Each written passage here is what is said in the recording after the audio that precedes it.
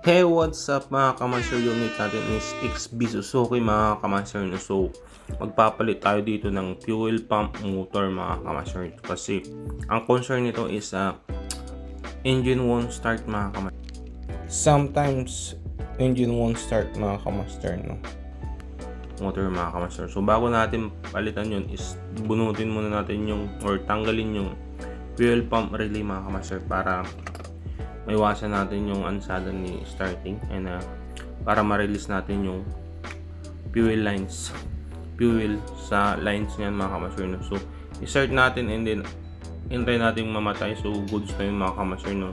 At itaas na natin at yan ang mga kamaster. So ang purpose nun is para pagtanggal ng fuel lines na yung mga kamaster is hindi bumusit-sit yung pressure mga kamaster, at binuksan ko na rin yung fuel lead mga kamaster, at yun na nga tatanggalin na natin, ibababa na natin mga kamaster, no? At shoutout pala kay Ronaldo Rosario, shoutout sa iyo dyan kamaster, and ingat ka din palagi, and thank you so much palagi sa pag-share ng aking vlogs, videos, at shoutout din pala kay Mas IC Lag mga kamaster, no? So shoutout sa iyo dyan, climate air conditioning service sa Palawan, no?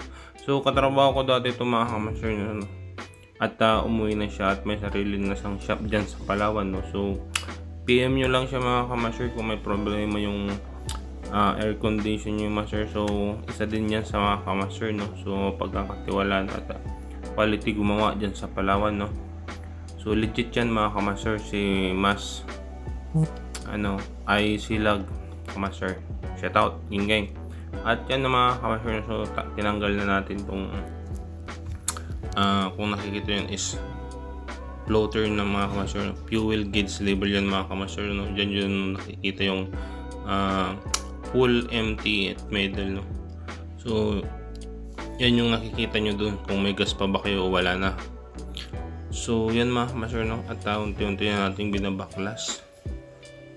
So may kwento pala ako dyan mga kamaster, no? So nung nagtitraining pa ako, no? So nung pagtanggal ko ng fuel gauge lever na yung mga kamaster at pagbalik ko hindi ko siya natandaan, so yung wire is nakakabit doon sa arm niya, so hindi siya makaangat mga kamaster, no? So nagtatak yung trainer ko bakit kung pag alis ko daw is full, anong pagbalik ko daw is empty na. So no, mali ako doon mga kamaster, no? So yung mga mistake natin is doon tayo natututo mga kamaster, no?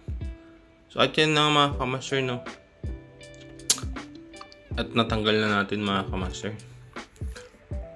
So sa mga baguang mechanic, bago kayo magbaklas yan, kung hindi nyo kabisado, so picturean nyo para may reference kayo mga kamaster. Ganun lang yung technique mga kamaster, no? So kahit walang shop manual is hindi ka mawala.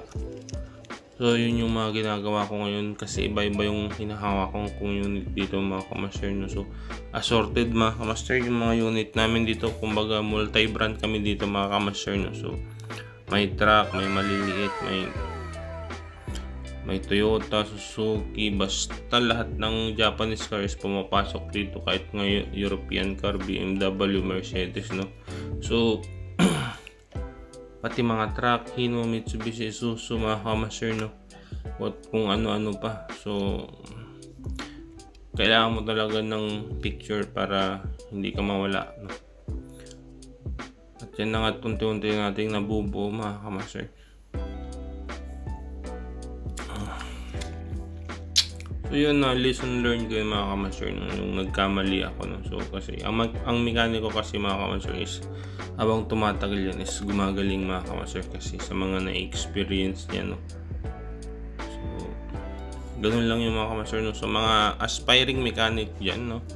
Sipag lang mga kamaster, tiyaga lang.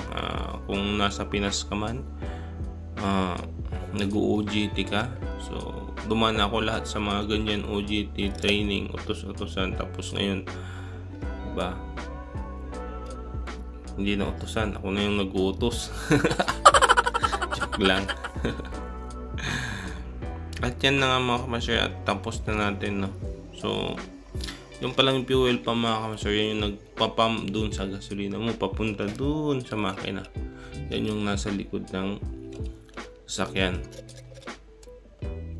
So yan mga kamaster, no? Double check, triple check natin mga kamaster, baka may na mali ng posisyon or nakalimutan bago natin isalpak doon, kasi doble trabaho mga kamasher pag may nakalimutan ka dyan, no? At yan na nga, yung bagong lock mga kamasher, nilalagyan ko yan ng grasa kasi para madaling ikabit mga kamasher, no? Kasi medyo may kakunatan yan mga kamasher, no? Tulad mo, dapat kang maging makunat. Lalo na sa pirang pinaghirapan mo, no? So sa mga umutang dyan at hindi mapautang, alam nyo na. At yan mga kamasher, no? Naikabit na natin mga kamasher. At meron tayong marking at yan ang ikabit na natin. Superman, hindi na ako nagtawag ng partner dyan kasi kaya ko naman mga kamasher at wala siyang gasolina masyado, no? So Captain Barbell lang yan mga kamasher. Sige, kaya mo yan kamaster, no? Geng. At yan na mga kamaster, no? So naikabit na natin at papastart na natin. Siyempre balik natin yung relay na tinanggal natin.